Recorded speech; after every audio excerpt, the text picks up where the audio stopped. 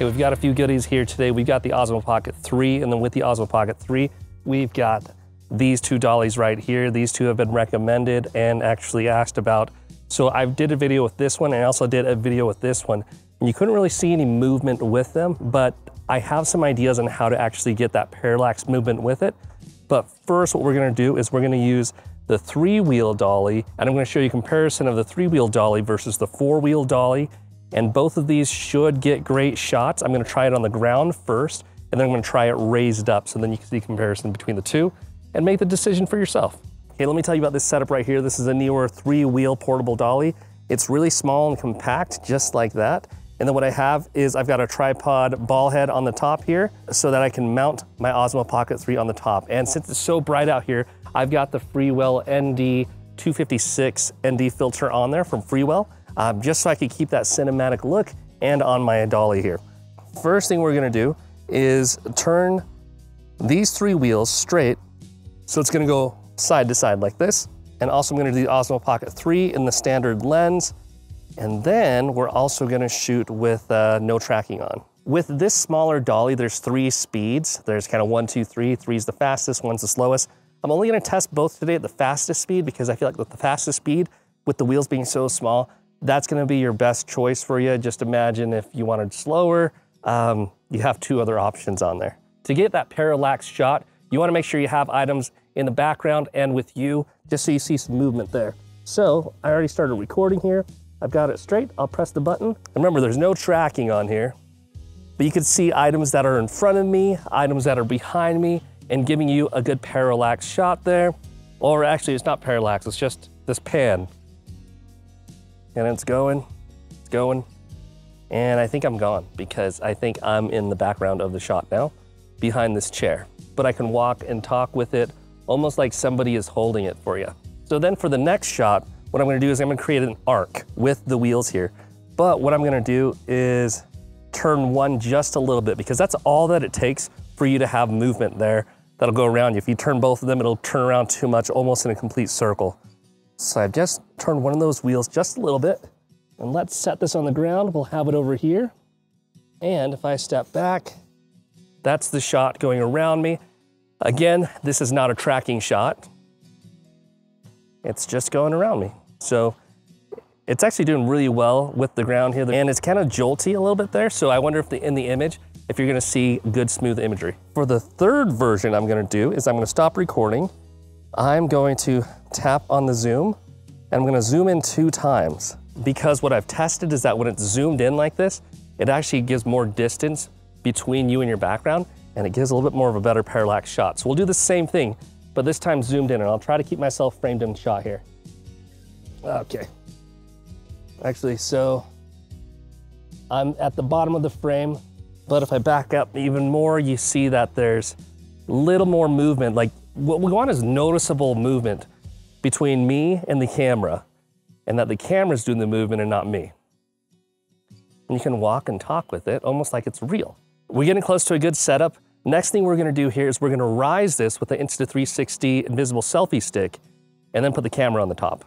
So still zoomed in, but rised up to the top a little bit more. Actually, for this shot right here, I'm gonna use the big dog. There is the other one as well, but since this one's thicker, it's a little bit more stable with how you use it. So we'll get it close to eye level. It doesn't have to be perfect, but we'll get it close to eye level. And if you go too high, and I have noticed that if you go too high, it'll fall over. And you don't wanna risk that falling over. Okay, all right, in this shot here, I have it zoomed in, so it's really close to me. I'm not gonna have it tracking yet. There you go, so you can zoom out, and that's regular 1 time, and then I'll zoom in for that. But what I'll do is I'm going to place this on the ground, and it's going around me, and it's kind of wobbly, and it's risky. Okay, I'll have it on the ground here, and I'll step back. Come on.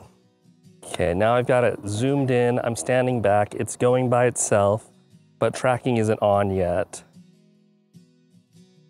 And it is risky because you can see how wobbly it is, see? So that's kind of like a risk with the 3-wheel instead of the 4-wheel. But let's try something else. The last thing I want to do is now I want to have active track enabled. And that actually helps a lot Okay, so now it's active track. I want to be close because it's gonna fall, but let's see if it'll stay. I don't know if that works well with the 3-wheel, but we'll try it with the 4-wheel and hopefully that's better for us. Okay, for this next one, we now have the heavier 4-wheel dolly on there, and this should help with the stability. So first thing we're gonna do, like last time, is we're gonna turn this on. Let me zoom back out all the way. I'm gonna start recording here. We're not gonna do tracking on, but I'll turn this up to speed 5. Remember, the other one had 3 speeds, this one has 5 speeds. So if I set it on the ground, we're gonna have it go at speed 5, and it's going left to right, but tracking's not on. So you'll see it's not gonna follow me, but it gives you good parallax with your foreground, your background, and your further background, and also your subject. I've also got continuous autofocus on, so that it's not stuck in case you tap the screen and it's focusing somewhere else. And then for our next one, what we're gonna do is we're gonna turn the whole body a little bit, and it creates an arc, just like we did before, but instead of doing 2 wheels, you're just doing it from the middle. So we'll start there. There's no tracking again. I'm not doing tracking in this test, but it's going flat on the ground at a curve, at an arc. But what's nice is these chairs are here and here, giving us foreground and background as well.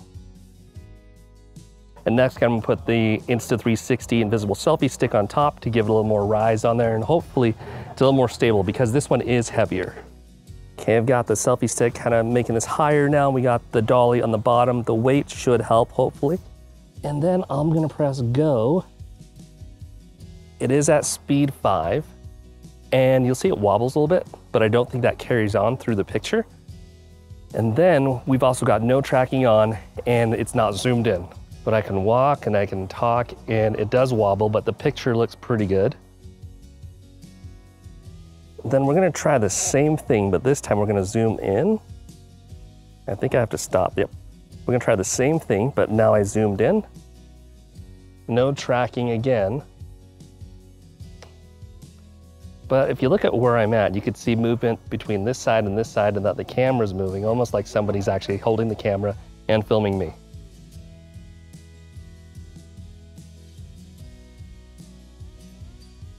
Okay, then for the last thing I want to do is now I'm going to tap on my face there to give active track. And like I mentioned before, I think this is the best setting here. Active track, zoomed in. I think it's going to give you the best look, make it look like somebody's filming you. And I trust this a little bit more. I trust this a little bit more than the 3-wheel, because with the 3-wheel, it's a little more fragile and it caused it to fall. But you can see it's going over these small cracks in the ground really easy. And I can even walk around, so it really is like somebody's standing there, holding the camera, filming me, and moving this forward.